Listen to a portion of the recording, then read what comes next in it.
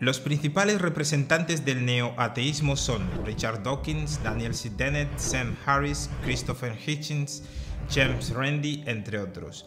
El argumento básico del nuevo ateísmo es el siguiente: la ciencia tiene una explicación plausible para todo y la humanidad ya no necesita recurrir a Dios para explicar o justificar nada en la naturaleza o en el universo. Richard Dawkins, uno de los más famosos del nuevo ateísmo, hizo esta declaración al New York Times: es absolutamente seguro decir que si conoces a alguien que no cree en la evolución, esta persona es ignorante, estúpida o loca o mala, pero yo prefiero no considerar eso.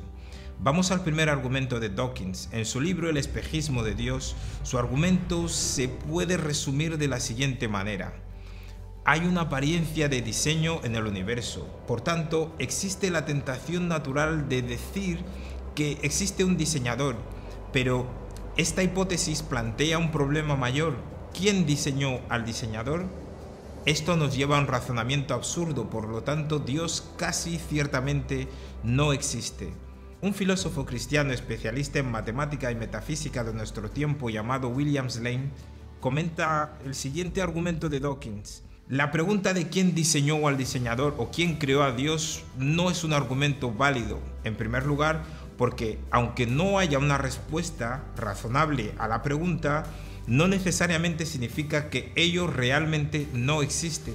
El hecho de que no haya una respuesta razonable para el origen de Dios no significa que Él no exista.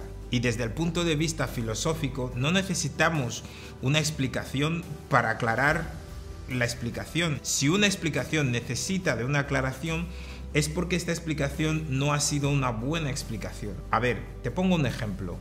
Un arqueólogo hace una excavación y encuentra algunos artefactos como jarrones de cerámica, hachas, flechas. Tendría dos explicaciones.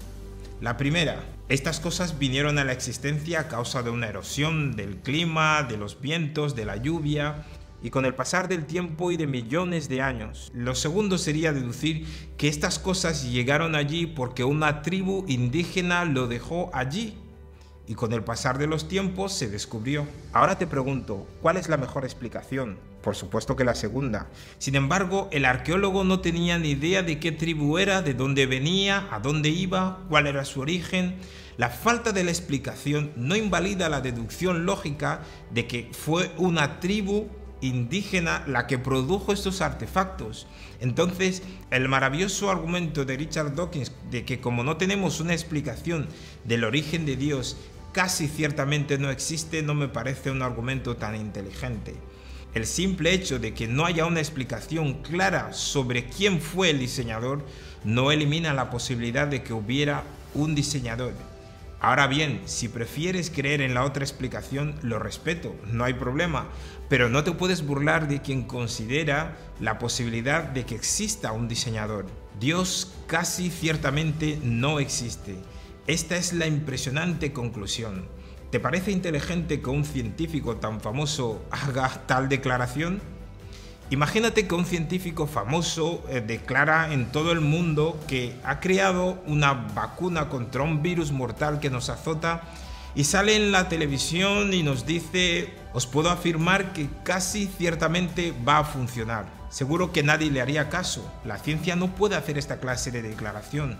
Si funciona, que diga que está comprobado que funciona, y si hay la menor posibilidad de que no vaya a funcionar, que diga no está comprobado que vaya a funcionar. Esa es la mente científica. Así que en lugar de decir que Dios casi ciertamente no existe, sería mucho más honesto si Dawkins hubiera dicho: no puedo afirmar que Dios no existe.